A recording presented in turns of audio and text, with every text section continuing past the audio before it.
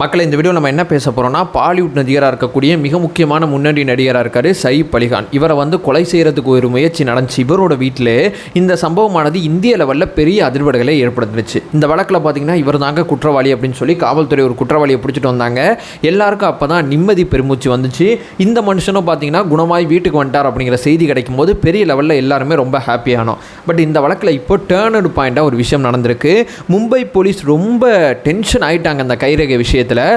சைஃப் அலிகான் விஷயத்தை வழக்கில் இந்த விசாரணையில் பெரிய திருப்பம் ஏற்பட்டிருக்கு. இந்த திருப்பத்தை பற்றி தான் இந்த வீடியோ நம்ம ரொம்ப தெளிவாக பார்க்க போகிறோம்.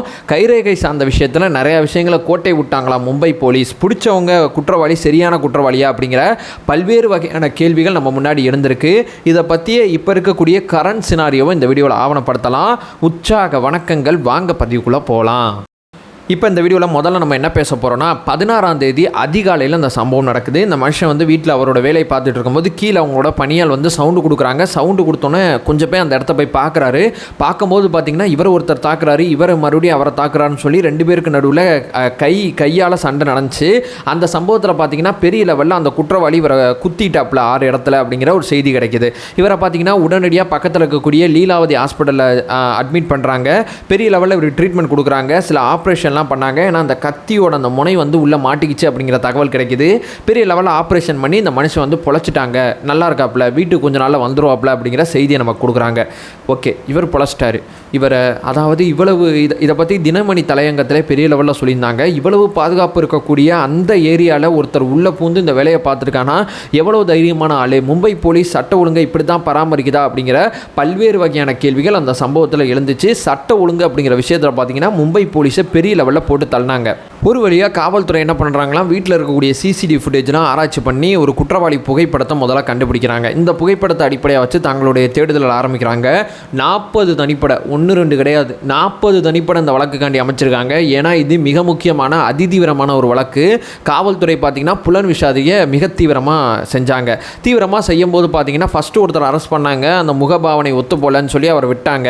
அவர் கூட இப்போ இழப்பீடு கொடுங்க, நான் என்னையா பாவம் பண்ணேன், நான் வாட்டிய வேலையை பார்த்துக்கிட்டு இருந்தேன் அப்படின்னு சொல்லி அந்த மனுஷன் காவல்துறையிட்ட உங்களால் எனக்கு பல விஷயங்கள் போச்சு அப்படின்னு சொல்லி இழப்பீடு சார்ந்த விஷயத்தெல்லாம் கேட்டுட்டு இருக்காப்புல.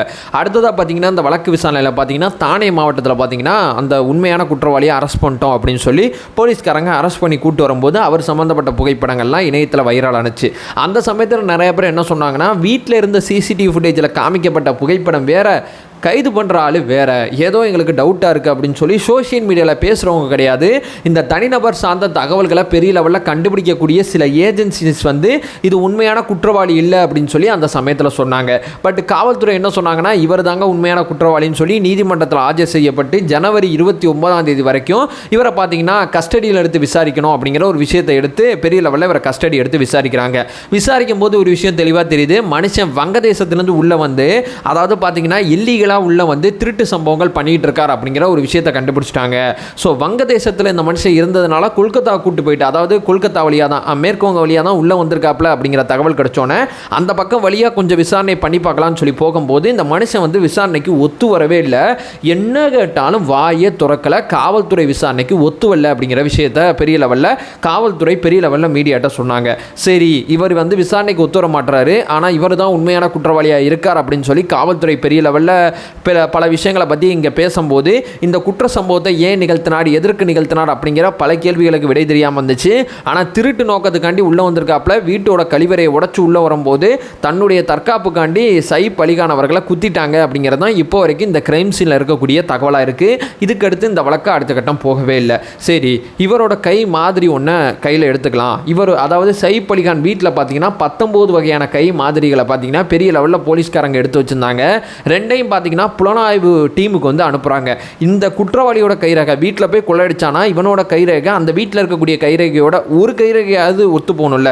நிறையா கைரேகை ஒத்து போக வேண்டிய அவசியம் கிடையாது, ஒரு இடத்துலையாவது ஒத்து போகணும்ல. இந்த கைரேகை ஒத்து போகவே இல்லை அப்படிங்கிறதான் இந்த வழக்கில் இப்போ கிடைச்ச மிக முக்கியமான அப்டேட்டாக இருக்குது. இவர் தான் குற்றவாளின்னு சொல்லி காவல்துறை சொல்லுது. அப்போ அந்த குற்றவாளியோட கைரேகை சம்மந்தப்பட்ட வீட்டில் இல்லைனா அவர் எப்படி குற்றவாளியாக இருக்க முடியும்? அவர் வங்கதேசத்துலேருந்து இல்லீகலாக வந்திருக்கார் அப்படிங்கிறது மிக தவறான ஒரு விஷயமா இருந்தாலும் இவர் தான் இந்த குற்ற சம்பவத்துக்கு காரணமாக இருந்தார் அப்படிங்கிறதுக்கு காவல்துறைக்கு என்ன ப்ரூஃப் இருக்குது அப்படிங்கிறது தான் மிக தீவிரமாக காவல்துறை விசாரிச்சுக்கிட்டு இருக்காங்க. எப்படி கைரேகை மிஸ்மேட்ச் ஆனிச்சு, இந்த மனுஷனான குற்றவாளி, இவரை தானே ட்ரேஸ் பண்ணோம், இவரை தானே கண்டுபிடிச்சோம், சிம் கார்டு கிம்கார்டெலாம் வச்சு பெரிய லெவலில் இவரை ட்ரேஸ் பண்ணி போனோமே, எப்படி இந்த மனுஷன் வந்து கைரேகப்படாமல் எப்படி ஒரு கொலை செய்ய முடியும் அப்படிங்கிற பல்வேறு விதமான கேள்விகள் இங்கே எழ ஆரம்பிச்சிருக்கு. இது சம்மந்தப்பட்ட விஷயத்தில் பார்த்தீங்கன்னா காவல்துறை மீடியாவை சந்தித்து என்ன சொன்னாங்கன்னா, ஒன்றுக்கும் மேற்பட்ட நபர்கள் இங்கே வந்து இந்த குற்ற சம்பவத்தில் ஈடுபட்டிருக்கலாம் அப்படிங்கிற வேற ஒரு விஷயத்தை இப்போ புதுசாக சொல்கிறாங்க. ஒரு நபர் தான் அப்படிங்கிற மாதிரி வந்து பெரிய லெவலில் சொல்லிட்டு இருந்தாங்க. இப்போ ஒன்றுக்கும் மேற்பட்ட நபர்கள் வந்து சைப் அலிகான் வீட்டில் வந்து கொலை முயற்சிக்காண்டி உள்ளே போயிருக்கலாம், அதில் ஒருத்தர் தான் இவர் அப்படிங்கிற மாதிரி வந்து பல்வேறு விதமான தகவல்களை சொல்கிறாங்க.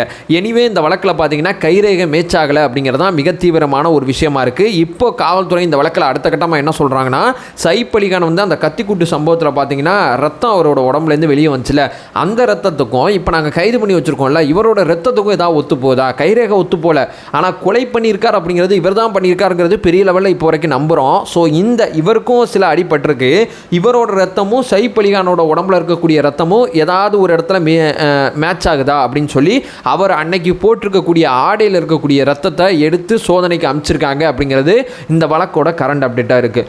ஒரு பாலிவுட் நடிகர், மிக முக்கியமான பாலிவுட் நடிகர் வீட்டில் போய் அவர் வந்து வெளியே எங்கேயா சுற்றிக்கிட்டு இருந்தாருன்னா கூட பரவாயில்ல, அவரோட சொந்த வீட்டில் நைட்டு 2 மணிக்கு அவரை கொல்றதுக்கு முயற்சி நடந்திருக்குன்னா அங்கே இருக்கக்கூடிய அந்த மும்பை போலீஸோட சட்ட ஒழுங்கு பிரச்சனை மிக தீவிரமாக அங்கே கவனமாக பார்த்துக்கிட்டு இருக்காங்க, கவனமாக போயிட்டுருக்கு. இவர் தான் குற்றவாளின்னு சொல்லி பெரிய லெவலில் சொல்கிறாங்க. ஆனால் இவர் குற்றம் பண்ணதுக்கு தகுந்த ஆதாரங்களை காவல்துறை இப்போ வரைக்கும் சொல்லலை.